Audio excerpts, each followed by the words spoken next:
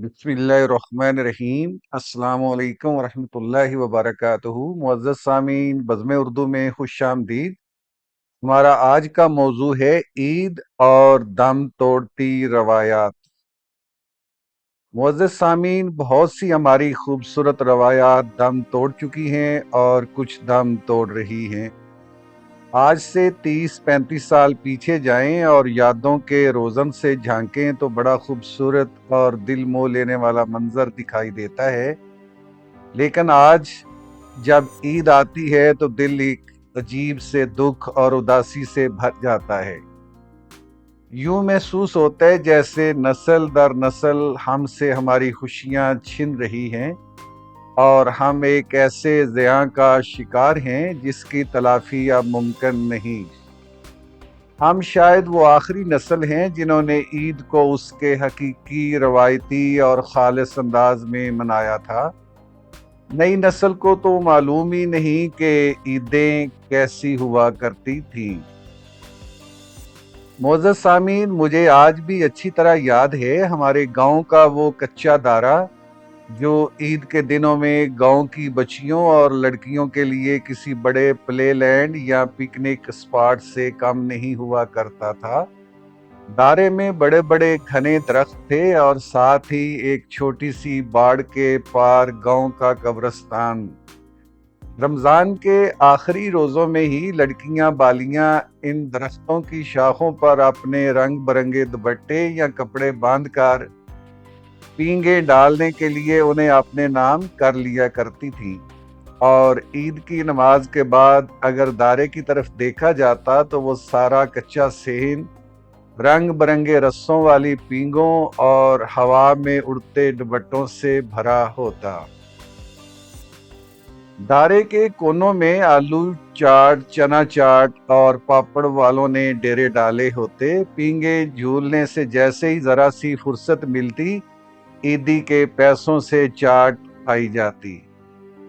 Peeing जोर से चढ़ाते हुए कभी कोई लड़की किसी कच्ची कब्र पर जा गिरती तो सबको फिक्र लग जाती कि उसे कोई जिन तो नहीं चिमट गया।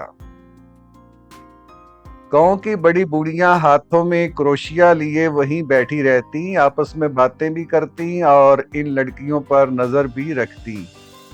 सामीने मोहतरम, उस वक़्त हया और एहतराम का ये आलम था कि हम गांव के मर्दों के लिए ईद के दिनों में उस दारे का खास एहतराम लाजमी होता था। गांव के जिन मर्दों का रास्ता दारे के पास से गुजरता, वो या तो ईद के दिनों में उधर का रुख ही कम करते या फिर अगर गुजरना मजबूरी होती तो दूर से खांसते हुए आते ताकि बच्चियां अपने दुपट्टे ठीक कर सकें। हम मर्द सर नीचे किए, नजरें झुकाए तेजी से वहां से गुजर जाते, क्योंकि ईद के वो दिन उन लड़कियों के नाम कर दिए जाते थे ताकि वो खुलकर पींगे चढ़ाएं और किकली डाल सकें। मगर फिर वक्त बदल गया। दारे के वो घने दरख्त काट दिए गए, उसे पक्का करके उसके गिर्द ऊंची ऊंची दीवारें खड़ी कर दी गईं।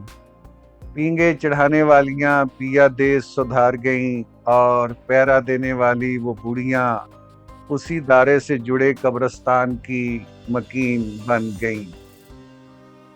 सामीने मोहतरम, आज शहरों में बड़े बड़े रेस्टोरेंट्स और पिकनिक स्पॉट तो बन गए, लेकिन दिल आज भी दारे की उसी दरख्त पर बड़ी पींग के साथ अटका हुआ है।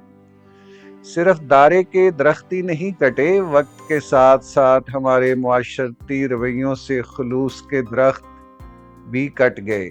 एक वो दौर था जब हमारी माएँ सहरी और अफ्तारी का सारा सामान अपने हाथों से तैयार करती थी। इस मेहनत में उनका खलूस, मोहब्बत और दुआएं शामिल होती थी। मकसूद एक दूसरे से खुशियां बांटना और गरीबों तक राशन पहुंचाना होता था। मगर आज का अलमिया देखिए कि इफ्तार के वक्त और ईद के मुबारक दिन भी गलियों में घरों के बाहर फास्ट फूड वाले डिलीवरी बॉयज खड़े नजर आते हैं। हाथ से बने खानों की वो लज्जत और बरकत अब इन कमर्शियल डिब्बों में कहाँ। عید پر لڑکیوں کا سنگھار چوڑیاں اور مہندی ہوا کرتی تھی۔ مہندی دراصل عید کے موقع پر خوشی کا ایک خاص استعارہ بن چکی ہے۔ مہندی جس کی تاریخ 5000 سال پرانی ہے، جسے قدیم مصری استعمال کرتے تھے اور عربوں نے اس کی خوشبو کی وجہ سے اسے سید الریحان کہا۔ اسی طرح چوڑیاں جن کی تاریخ مونجو دڑو سے جڑی ہے، یہ محض بناؤ سنگھار نہیں تھا، یہ ایک تہذیب تھی۔ چاند رات کو سہیلیاں جمع ہو کر محبت سے ایک دوسرے کو مہندی لگایا کرتی تھیں، اور اس مہندی کی سب سے خاص میٹھی اور شرارت بھری روایت وہ ہوتی تھی جب منگنی شدہ لڑکیاں اپنی ہتھیلی کے بیچوں بیچ ایک گول دائرے میں اپنے اور اپنے منگیتر کے نام کا انگریزی حرف لکھواتی۔ یہ نام ایک خوبصورت راز ہوتا تھا جو مٹھی میں چھپا کر صرف چند خاص اور رازدار سہیلیوں کو ہی دکھایا جاتا، اور پھر ان کی چھیڑ چھاڑ پر چہرہ حیا سے سرخ ہو جاتا۔ بالکل اسی طرح شادی شدہ خواتین بھی اپنے شوہروں کے نام مہندی سے اپنی ہتھیلیوں پر سجاتی تھیں۔ لیکن آج ان خالص روایات کو کمرشلائزیشن کا گہن لگ گیا ہے۔ سہیلیوں کے اس محبت بھرے ہجوم کی جگہ مہندی پارلرز نے لے لی ہے۔ بالکل اسی طرح عید کے کپڑوں کے لیے درزیوں کے نخرے اٹھانا اور سادگی سے کپڑے سلوانا ایک روایت تھی، اب ریڈی میڈ اور قیمتی ڈیزائنر جوڑوں نے سادگی کو ختم کر کے عید کو محض شیخی بگارنے کا دن بنا دیا ہے۔ عید کی صبح کا ایک اور دلکش منظر جس کے لیے آنکھیں ترستی ہیں، وہ بچیوں اور لڑکیوں کا ٹولیوں کی صورت میں نکلنا تھا۔ رنگ برنگے نئے کپڑے پہنے، کندھوں پر سوٹ سے میچنگ چھوٹے چھوٹے پرس لٹکائے، وہ اپنی سہیلیوں اور رشتہ داروں کے گھروں میں عید ملنے اور مٹھائیاں بانٹنے جایا کرتی تھیں۔ ان کی معصوم ہنسی اور چوڑیوں کی چھنکار سے گلیاں گونج اٹھتی تھیں۔ اب تو جیسے گلیوں کی وہ روایتی رونق ہی کہیں روٹھ گئی ہے۔